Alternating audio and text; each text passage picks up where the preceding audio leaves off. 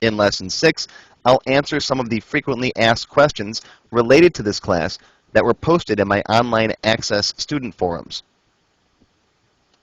One of the most popular questions I get asked by students at this point is, what is an LACCDB file? Well, when you create an Access database using the Access 2007 file format, which is what Access 2010 uses, it creates an ACCDB file. It stands for Access Database. If I open up my Trusted folder, where my database resides, you'll see the ACCDB file there. That's your Access Database file. Now, depending on your Windows system settings, you might not see that ACCDB. That's a file extension. I talk about this in my Windows classes. File extensions allow Windows to know what program owns a particular data file. I think that they're important to know for anyone who's more than an intermediate level computer user. If people more properly understood these file extensions, there would be a lot fewer viruses running around the internet. Because if you download an exe file or a CMD file or something that you don't know is safe, don't open it. ACCDB is an Access database file, so I know it's safe to open. Now, normally Windows hides those file extensions because it feels like users get confused by them, but you, an Access developer, should turn them on. Here's how you do it. Open up any folder or Windows Explorer. Turn the toolbar on by pressing and releasing the Alt key on your keyboard. That opens up the File Edit View classic menu bar. Go to Tools and then Folder Options. Now, the General tab is pretty much just your personal preference.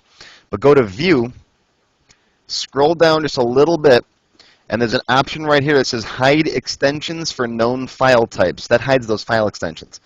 Make sure that's turned off, and then hit OK. That will allow you to see these file extensions. Get familiar with them.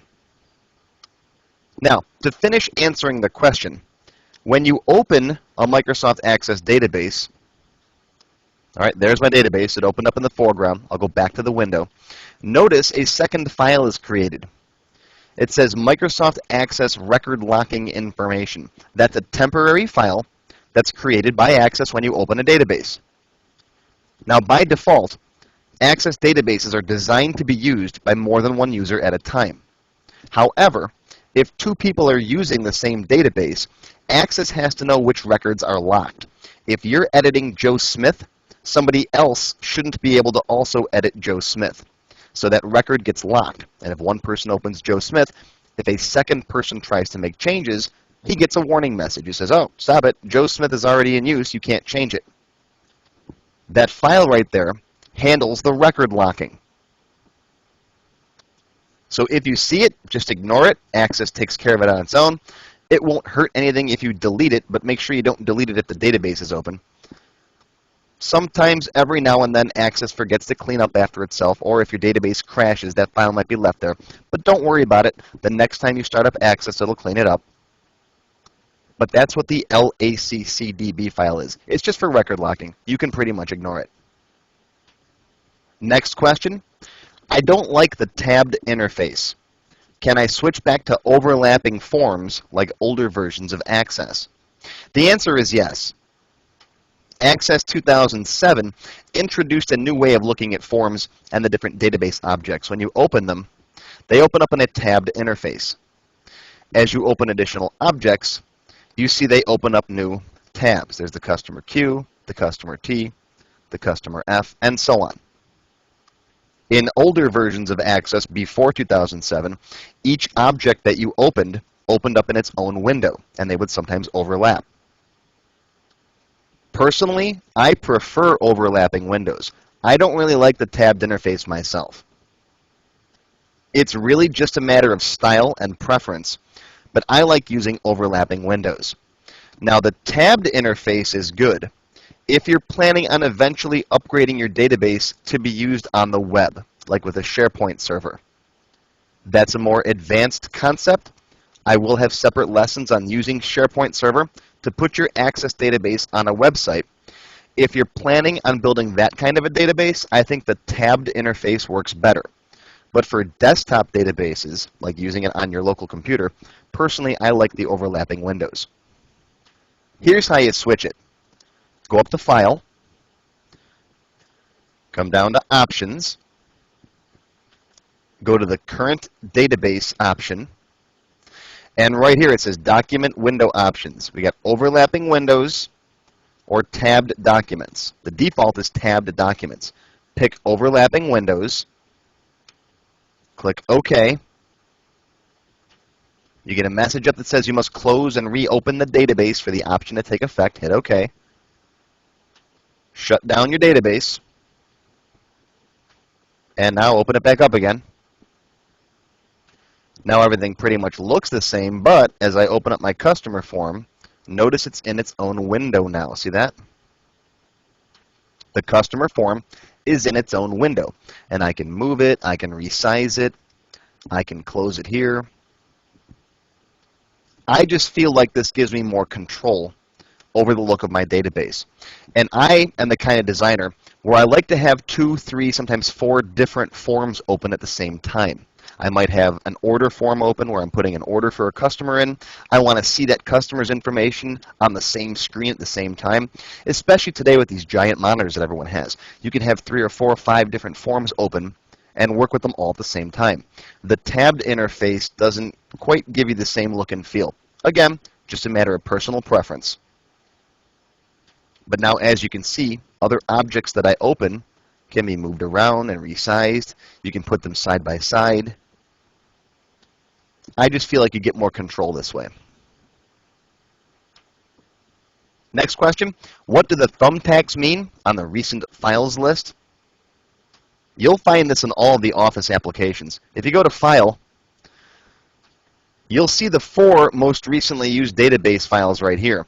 But if you click on Recent, you'll see even more. Now to the right, you'll see these little thumbtacks. What this means is you can simply pin them to your recent databases list. As you can see, I've got my personal copy of my payables seminar database here. That's pinned because I use it all the time. I just pinned the customer database that we're working on now, and that will always show up on top of my recent databases list. Whereas the ones down here might disappear as we view different databases. They'll cycle through the most recently used database files. If you no longer want to see them on here anymore, just unpin them.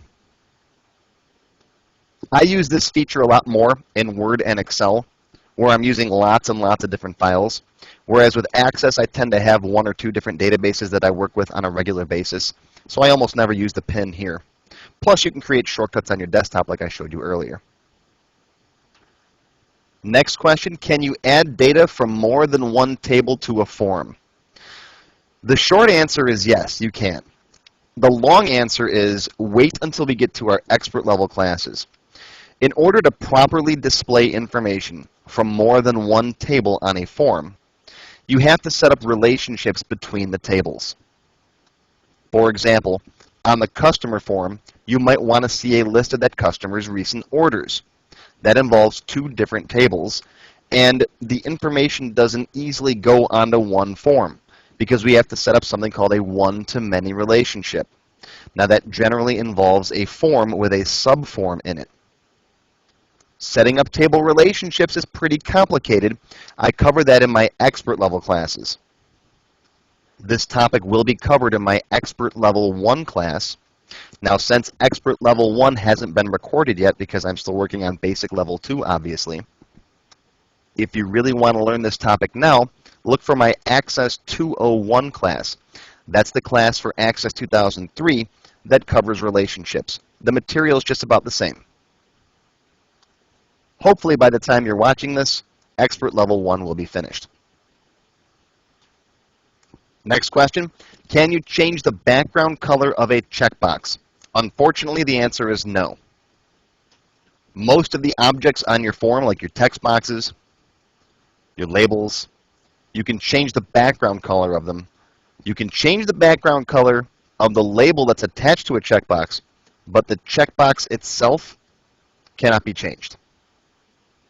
Now, there are some third-party tools that I've seen that you can download that allow you to add different types of objects to your Access forms. And I have seen some checkboxes that have other properties, like background color, that you can change. Personally, though, I strongly recommend you just stick with the types of objects that come with Access. Installing third-party add-ons and plugins tend to cause problems long-term.